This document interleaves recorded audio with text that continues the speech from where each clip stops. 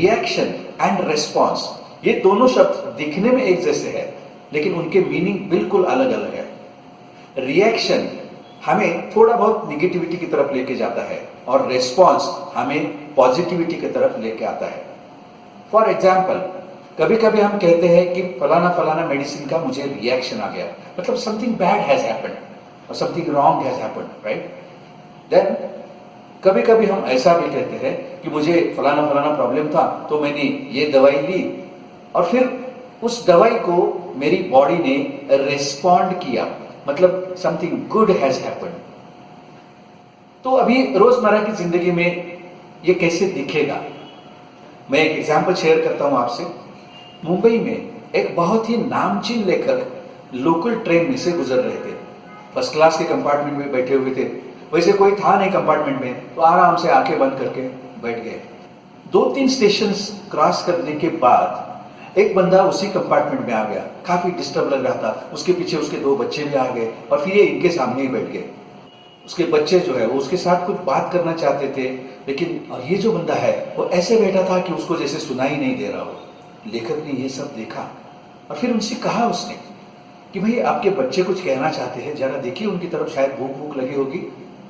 तो ये जो बंदा है ऐसा ही ऊपर देखते बैठा है, एकदम उदास ऐसा। तो थोड़ी देर के बाद ये लेखक को बहुत गुस्सा आता है।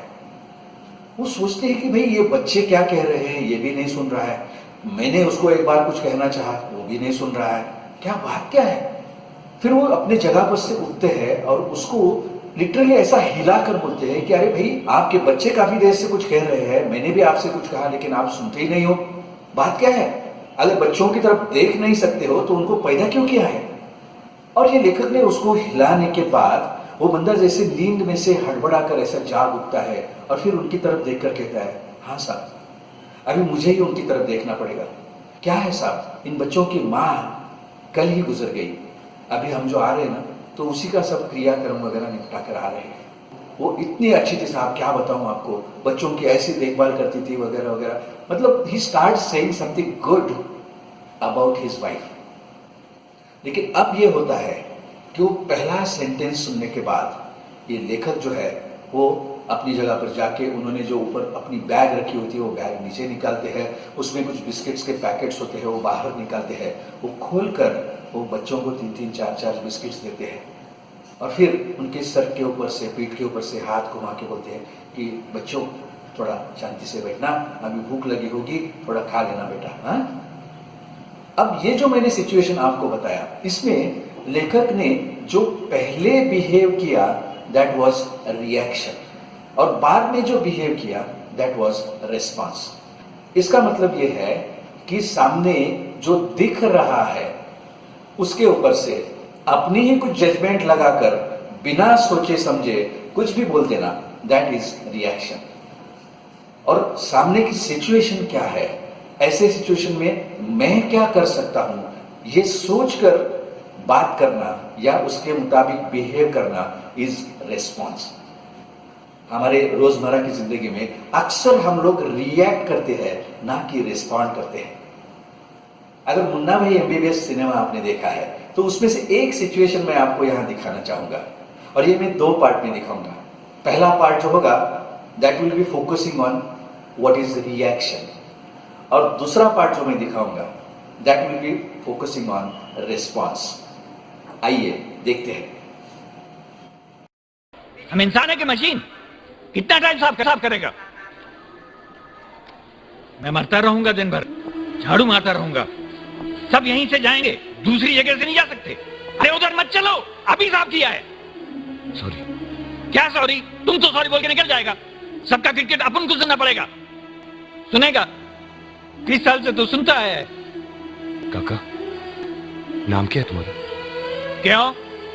कंप्लेन करने का है? मकसूद नाम है मेरा, जा करो। देखा आपने रिएक्शन क्या होता है? सामने वाला कुछ कह रहा है, वो बिना सुने अपने ही विचार थोपते जा रहे हैं, थोपते जा रहे हैं, थोपते जा रहे हैं। That is reaction. अब देखते हैं कि रिस्पॉन्स क्या होता है। नहीं, कंप्लेन नहीं करने का, थैंक यू बोलने का।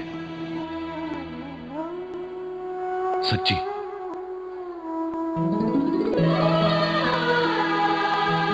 तुम बहुत मस्त काम करते हैं मकसूद भाई। पेशेंट लोग जब ठीक होता है ना तो सब डॉक्टर को थैंक यू बोलता है। तुम साला सबका कचरा पट्टी उठाता है, तुमको कोई थैंक यू नहीं बोलता। मेरे को तुमको थैंक यू बोलने का मकसूद है। थैंक यू मकसूद भाई।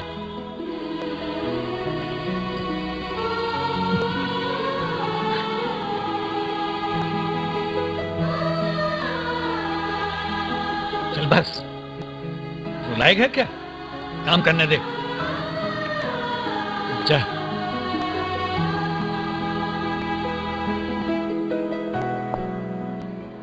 सॉरी। कोई बात नहीं, जा जा, हो जाएगा साहब। देखा, सिचुएशन मालूम पड़ने के बाद, सामने वाले का इंटेंशन मालूम पड़ने के बाद क्या हो सकता है। अब ये सीन जो हमने देखा, उसमें उस झाड़ू वाले की जगह पर आप किसी सीनियर सिटीजन को इमेजिन करना और उस हीरो की जगह पर किसी युवक को इमेजिन करना। अब अगर आप युवा पीढ़ी के हो तो मैं आपसे ये कहना चाहूंगा कि अक्सर ऐसा होता है कि आप कभी कुछ अच्छी बातें सुनाने जाओ तो वो घर में जो बुजुर्ग होते हैं वो अक्सर चिड़चिड़ापन दिखाते हैं, गुस्सा दिखाते हैं। लेकिन अभी आपको ये समझ लेना जरूरी है कि हो सकता है कि कुछ पुरानी यादें होगी, कुछ दबी हुई इमोशंस होगी जो कि उनके गुस्से के जरिए प्रकट हो रही है। तो फिर अभी यहाँ पर जो उस बंदे ने किया, क्या किया, थोड़ी सी मीठी बातें की, तारीफ की और उनको गले लगाया। मैं आपसे ये कहना चाहूँगा कि हर एक सीनियर सिटीजन को बस इसकी ज़रूरत होती है, दो प्यार भरे शब्द और शायद गले मिलना भी।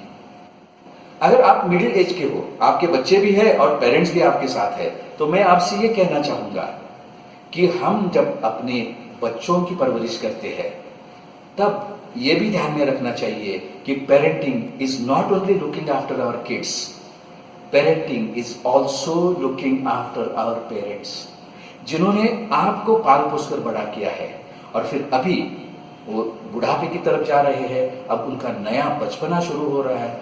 हो सकता है उनसे कुछ गलतियां भी होती है जैसे हमारे बच्चों से होती है।